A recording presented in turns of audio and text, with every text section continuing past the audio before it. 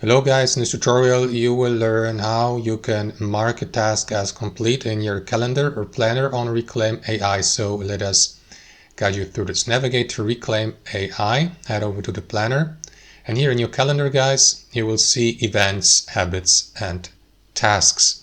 Habits are usually, you can of course customize these in your settings, but usually on default will be marked with green color. Blue indicates an event and red indicates a task. So click into the given task, and there are two ways how you can do this. You can start a task by clicking into this button, and then the task will be started for the current time slot. So now we have 6 p.m. in the early evening, so you see that line here. So the task has been moved exactly to the current time slot here. And what you want to do is click into the given task, and you will see, for example, that it's ongoing. You may stop this.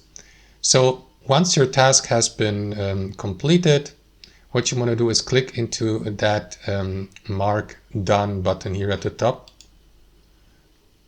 Wait for Reclaim.ai to mark it as complete. Here the updating. And that's it.